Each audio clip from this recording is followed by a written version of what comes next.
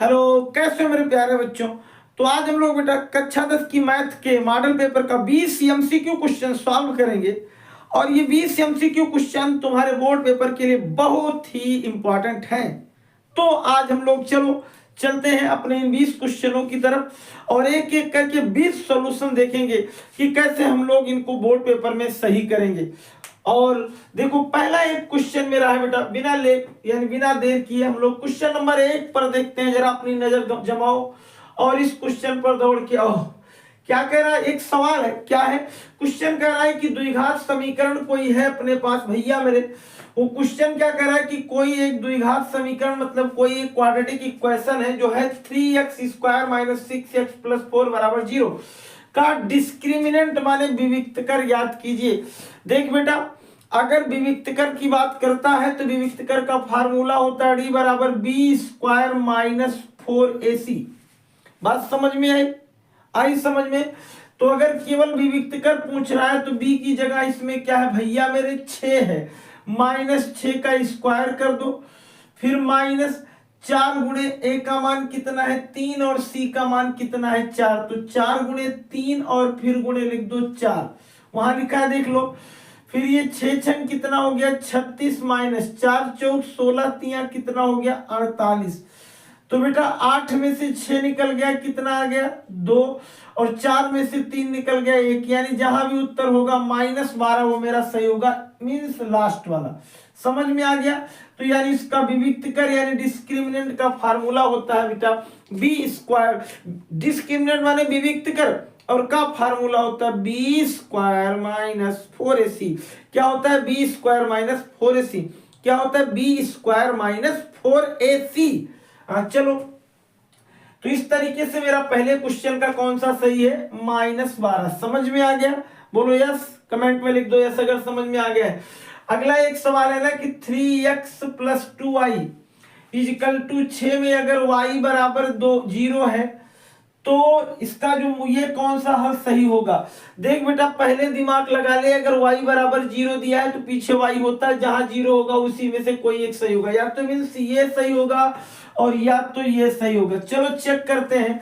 तो अगर बेटा ये समीकरण था तुम्हारे पास 3x + 2y = 6, अगर कोई आदमी इसमें y की जगह 0 लिख दे तो ये क्या हो जाएगा 3x - 0 = कितना 6। और अगर मैं इस 0 माने खत्म कहानी, 3x बराबर क्या हो गया 6, यानी x बराबर 6/3, और 3 दूनी क्या हो जाएगा 6, यानी x बराबर आ जाएगा 2। अगर x हो जाएगा 2 तो y हो जाएगा 0, यानी x हो गया 2 और y हो गया 0। समझ में नहीं आया, नहीं आया, आया है। ये देखो, इसका मतलब ये पहला वाला सही है। समझ में आ गया बेटा, आ गया। केवल मैंने भैया मेरे y का मान रख दिया, x का मान आ गया, तो जहां x पहले आएगा 2 और y पीछे आएगा 0, वही मेरा सही है। चलो, तो इस तरीके से बेटा हम लोग क्वेश्चन नंबर 3 पे चलते हैं। क्या कह रहा है कि यदि बिंदु -4 2 और 5 6 को जोड़ने वाले रेखाखंड का मध्य बिंदु α/8 और 4 है तो अल्फा का मान। देख बेटा, ये अपने पास यही मैं लगा रहा हूं, ये देखो ये बहुविकल्पीय जैसे है ना, वैसे मैं इनको चटनी बना भी दे रहा हूं। ये अपने आप को सोच रहे थे कि बहुत बड़ा क्वेश्चन है, लेकिन ऐसा कुछ नहीं। ये देख, अपने पास जो 2 बिंदु है उनमें से कोई एक बिंदु को हम लोग ए मान ले भैया मेरे, वो -4 और 2 थे, तो यहां मैंने -4 और 2 लिख दिया। क्या दिख रहा है, दिख रहा है, जरा अपनी अपनी आंखों से देखो, दूसरे की आंख से नहीं दिख रहा है। और ये बी पर कौन सी चीज थी बेटा, बी पर था 5 और 6, था कि नहीं था, था ना। कह रहा है इनका मध्य बिंदु ये यहाँ है और वो क्या है α/8 और 4। दिमाग लगाओ, ये जो बेटा आगे है वो x है और ये जो पीछे है वो y है। तो मध्य बिंदु का सूत्र होता है x = x1 + x2/2। तो x की जगह मेरा क्या आया था α/8। बात समझ में आई। ये भैया मेरे x है, ये y है, तो x1 का मान -4 और x2 का मान कितना +5 बटे कितना क्या हो जाएगा 2। आया समझ में। 5 में से 4 निकल गया, कितना आया ये α/8, 5 में से 4 गया 1/2। चल बेटा, इसका गुणा कर दे, तो यहाँ कितना हो जाएगा, अल्फा बराबर 8/2, 2 एकम 2 चौका कितना हो गया 8, यानी अल्फा बराबर 4 आएगा। कहाँ है, ये है यार। इतना इजी सा क्वेश्चन है, देख लो मैंने कैसे लगाया। मैंने पहले 2 बिंदु दिखा दी, एक ये। हाँ समझ में आप अपने नाक और ये दोनों कानपुर को समझ लो, 2 डायरेक्शन और बीच का ये मध्य बिंदु है। हाँ तो यहाँ का x और यहाँ का x, x1 प्लस x2 अपान 2 करोगे तो ये बीच में x की जगह वाला आ जाएगा। मैं अल्फा अपान 8 लिख दिया, क्यों, क्योंकि ये पहला अल्फा अपान 8 x था और ये क्या था y4 आ गया, तो इसमें 4 सही है। समझ में आया बेटा, समझ में आ गया है। देखो बड़ी मन से क्वेश्चन पेपर को सेलेक्ट किया जाता है और ये सारे पेपर लिखे जाते हैं, तो इसलिए बेटा अगर समझ में आ रहा होगा तो सब्सक्राइब जरूर कर देना और लास्ट तक देखना। हो सकता है ये क्वेश्चन तुम्हारा ये बोर्ड में टैली कर जाए। प्रयास तो हम लोग यही करते हैं कि टोटल का टोटल टैली करें, लेकिन तुम अपना भी दिमाग लगाना पूरा एकदम यानी शुरू से इसके जैसे भी क्वेश्चन अगर मिलेंगे तब भी सही कर ले जाना। देखो एक यहाँ लिखा है sine theta equal to cos theta, बिना सवाल को लगाए। एक चीज ये सोचो, जरा याद करो कि सर जी कहते थे कि बेटा साइन 45 और cos 45 के मान बराबर होते हैं। सही बात बताया गया था ना कि साइन 45 और cos 45 के मान बराबर। तो इसका मतलब अगर कोई आदमी साइन थीटा और cos थीटा इक्वल लिखा है तो बेटा बराबर होगा तभी जब 45 अंश होगा। तो इसका मतलब जो थीटा का मान है वो 0 से बड़ा है लेकिन 90 से छोटा है कहाँ 45 अंश। लेकिन तुम कह रहे हो सर ऐसे हम नहीं मानेंगे, तो बेटा साइन थीटा की जगह साइन थीटा लिख दो और कॉस थीटा की जगह लिख दो क्या, साइन 90 माइनस थीटा। यहां लिख दो साइन 90 माइनस थीटा, कोई दिक्कत। एक काम करो, ये साइन से साइन अगर उड़ा दिए तो theta equal to 90 minus theta, ये थीटा इधर आया तो 2 थीटा इजकल टू 90, इसको इधर भेज दिया तो थीटा इजकल टू 90/2, यानी कितना कट गया 45 अंश। आया कि नहीं आया, आया ना।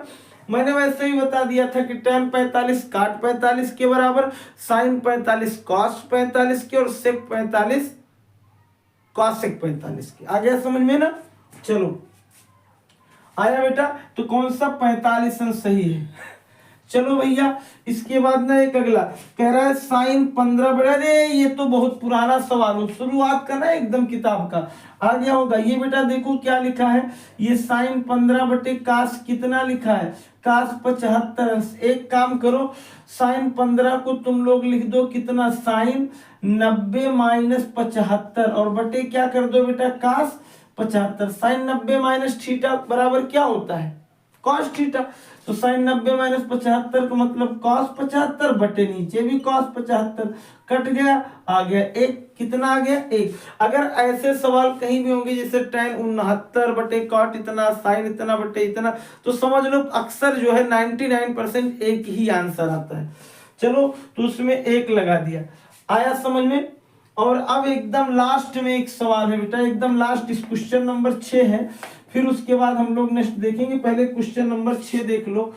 यहाँ कह रहा है 3 cot थीटा बराबर 4। ध्यान दो कि 3 cot थीटा बराबर 4 है, तो cot थीटा बराबर क्या हो जाएगा, cot थीटा बराबर 4/3।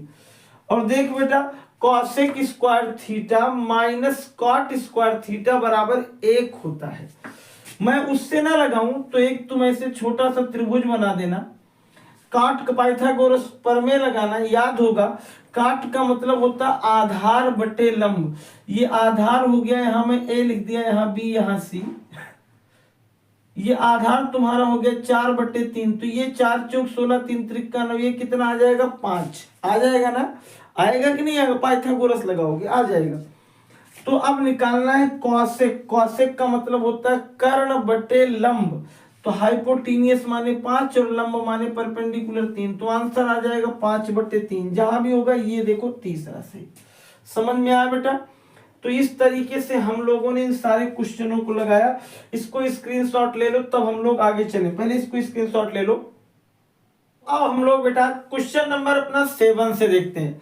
देखो क्वेश्चन नंबर 7 कह रहा है बेटा ना कि -3 5, very very most important question. ये 2023 में 2022 में सब में इसके क्वेश्चन पुटअप हुए हैं। कभी y अक्ष से कहता है और कभी x अक्ष से कहता है। देखो कह रहा है कि बिंदु -3, 5 की y अक्ष से दूरी होगी। तो सबसे पहले बेटा तुम्हें एक काम करो, ऐसे एक ग्राफ बना दो। बात समझ में आई? ये तुम्हारा बेटा x अक्ष है और ये क्या है, y अक्ष है। समझ में आ गया? फिर इस पर अपना एक देखो, इसका -3, 5 दिखा दो। तो -3, 5 का मतलब ये देखो x इधर माइनस होगा, तो x का मान यहां मान लो 1 है, माइनस में 2 -3 में, तो -3 इधर, और y के मान 5 है। ये 1 है, ये 2 है, ये 3 है, ये 4 है, ये 5 है। मान लो ये यहां आ गया। ये देख बेटा, ये अपना बन गया, ये चिन्ह बन गया ना, ये हो गया, यानी जो ग्राफ बनेगा उसका ये पॉइंट। प्रश्न कह रहा है कि y अक्ष से दूरी होगी, तो ये दिमाग लगाओ कि y अक्ष से इसकी दूरी कितनी होगी, 3 मात्रक, किधर, माइनस की तरफ।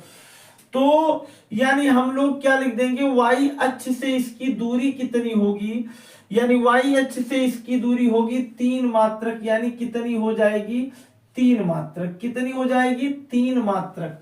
समझ में बात आई? y अक्ष से इसकी दूरी कितनी हो जाएगी, 3 मात्रक, या जो भी आया है 3 आया है।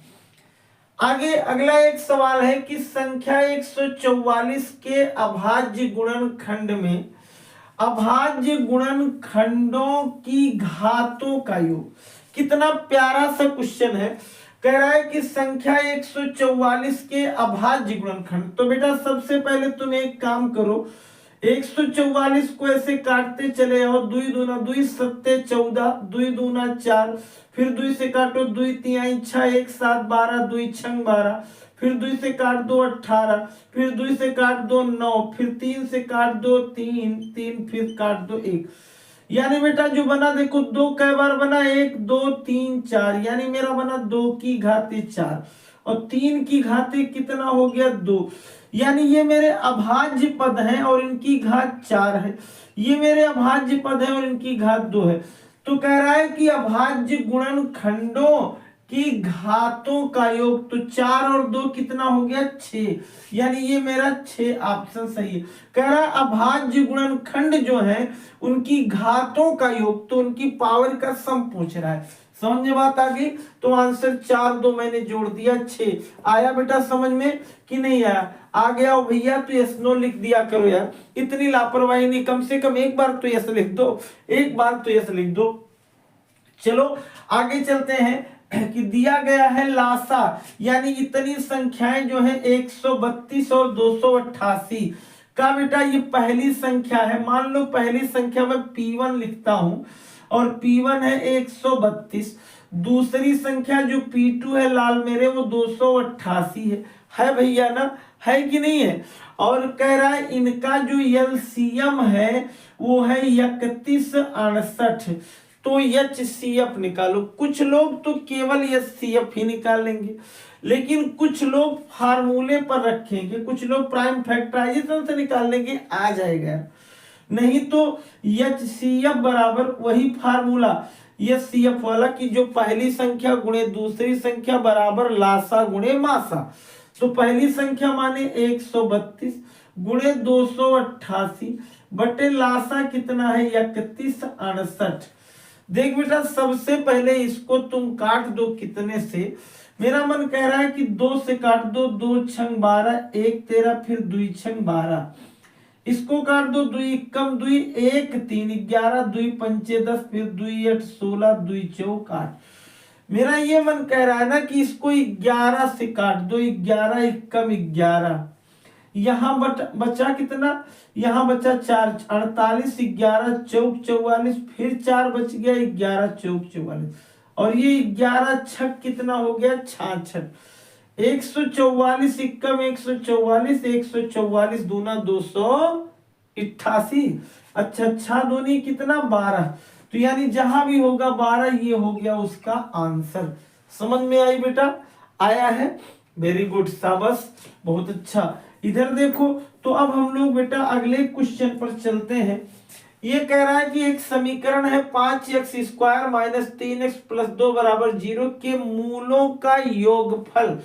देख बेटा, मूलों की योगफल का सूत्र जो अल्फा प्लस बीटा होता है वो माइनस बी अपान ए होता है, मतलब यक्स का गुणांक बटे x² का।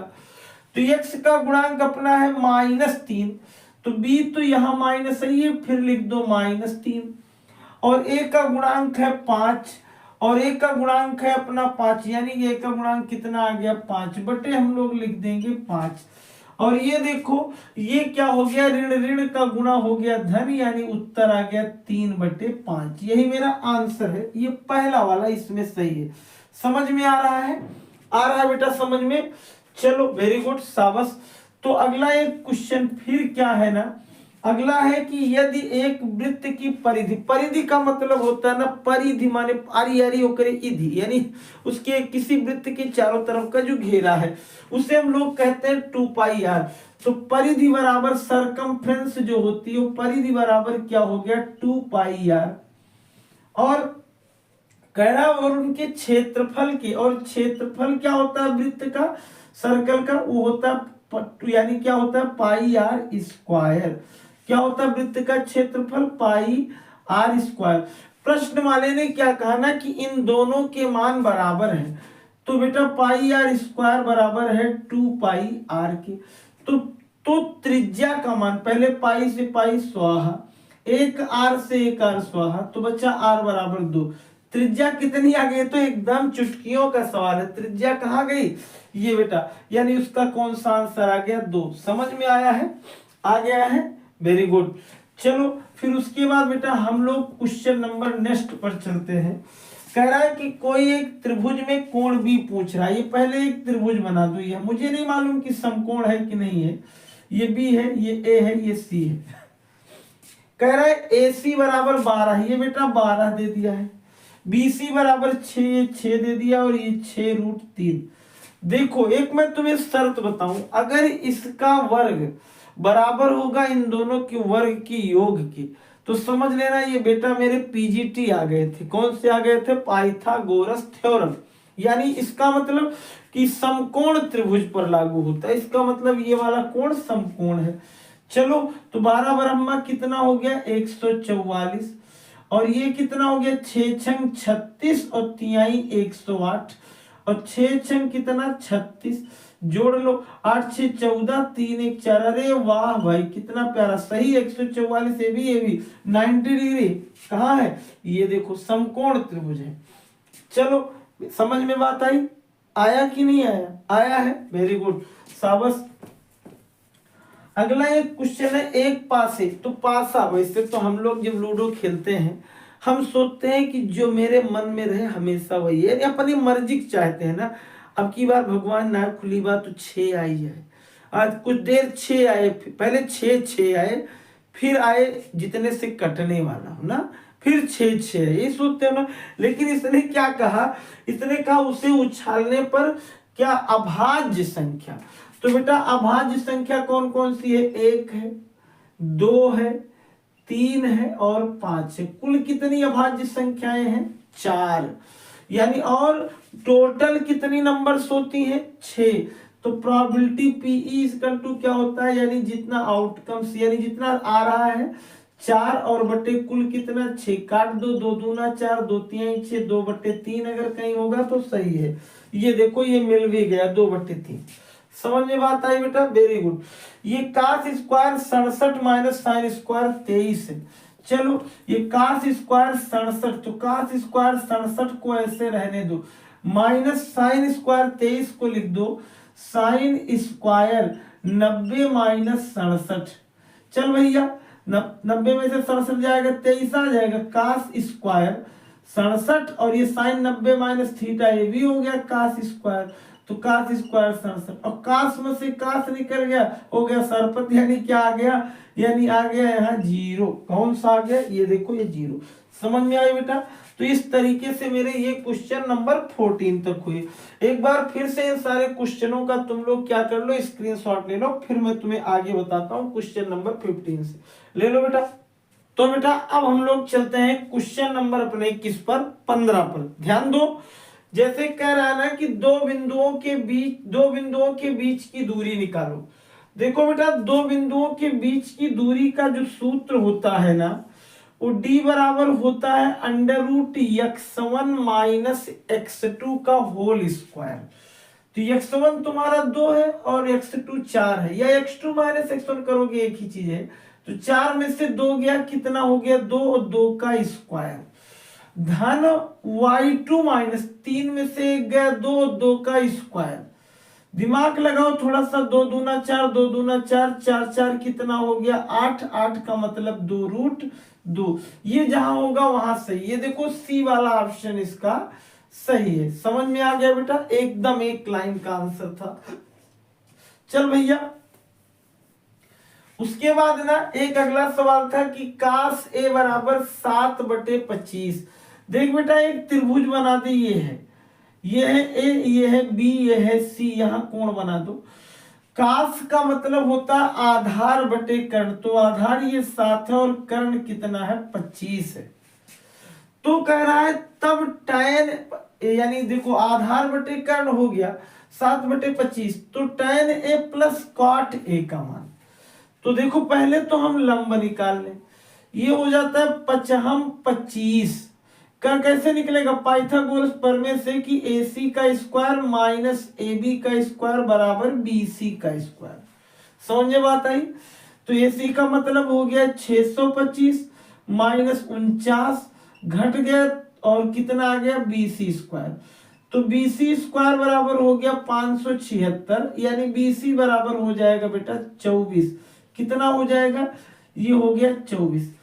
अब निकालना क्या है, tan a बटे cot a। tan का मतलब लंब बटे आधार, तो 24 बटे कितना हो गया 7, और cot का मतलब ठीक इसी का उल्टा, तो 24 24 कितना हो गया 576, और धन 49 बटे कितना 7 चौक 28, और 7 दूनी 14 और 2 16, तो ये 576 49 625 बटे 168। तो ये वाला आंसर बेटा क्या हो जाएगा, सही हो जाएगा। समझ में बात आई, वेरी गुड। देख लो इसको एक बार, स्क्रीनशॉट ले लो तो मैं आगे चलूं। चलो आगे देखो, उसके बाद बेटा एक अगला क्वेश्चन था कि दो वृत्तों के व्यास इतना इतना है तब परिधि का अनुपात। देख बेटा, व्यास का यानी देखो जो पहला व्यास है d1 बराबर क्या है, यानी d1 बटे d2, ये बराबर दिया है 4/9। तो परिधियों में अनुपात, परिधियों का अनुपात निकाल दो, क्या होता है पाई d1 बटे वही पाई d2। अरे यार कुछ नहीं है, हाँ 2πr, 2r का मतलब d, पाई से पाई उड़ गया, वही आ जाएगा d1 बटे d2, जो रहा वह उत्तर। कहा गया ये 4/9 ही सही आंसर है। समझ में बात आई। कोई परिधि और व्यास में कोई अंतर नहीं आएगा, त्रिज्या होता तो अंतर आ जाता। चलो अगली एक चीज क्या है कि कह रहा है द्विघात समीकरण x² माइनस 4 बराबर 0, x² माइनस 4 बराबर 0, इसको पक्षांतर कर दो तो x² बराबर 4, स्क्वायर को उधर भेजो तो x बराबर √4 का मतलब +-2। तो +-2 जहां भी आया होगा, ये देखो सी वाला बेटा वो सही है। अंत में कह रहा है ध्यान से देखो कि समांतर श्रेणी 1 3 5 का 5वां पद। वैसे तो तुम आसानी से निकाल सकते हो, पहला 1 है, दूसरा 3 है, फिर 5 है, अगला वाला 7 आएगा चौथा पद, फिर 9 आएगा। और नहीं तो 90वें पद का फार्मूला an बराबर a plus n-1 into D. तो पहला पद क्या है बेटा, a है, a का मतलब 1।